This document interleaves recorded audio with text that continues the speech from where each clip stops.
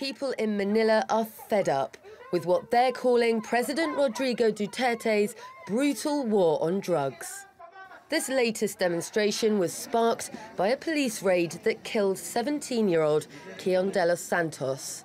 He can be seen in this footage being dragged away by plainclothes police. Kian was a boy who dreamed of being a policeman, and the police people are the ones that killed him and the ones that killed his dreams. What I think is going to happen with the Duterte administration right now is, first and foremost, they have no choice but to listen to the people, and they have no choice but to listen to the sentiment of the people. Del Santos was one of around 80 people killed last week in anti-drug operations in Manila and surrounding provinces. It's been almost a year since the president began his crackdown on narcotics.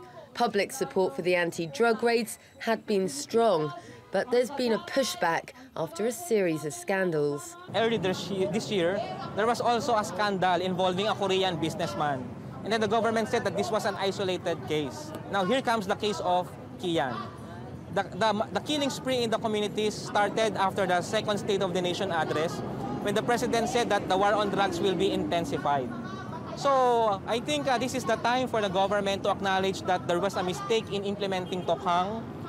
The war on drugs is a failure, and it should come up with a new program. In an unusual move, Duterte has promised to jail the officers behind the killing of the teenager if they're found guilty, after watching the CCTV footage himself. I cannot discount the possibility, Sarigona, in my reply that there is a possibility that in some of the police incidents, there could be abuses. I admit that. A government investigation will now be held into the death of Del Santos, as well as the recent surge in deaths in President Duterte's drug war. Sara, Firth, TRT World.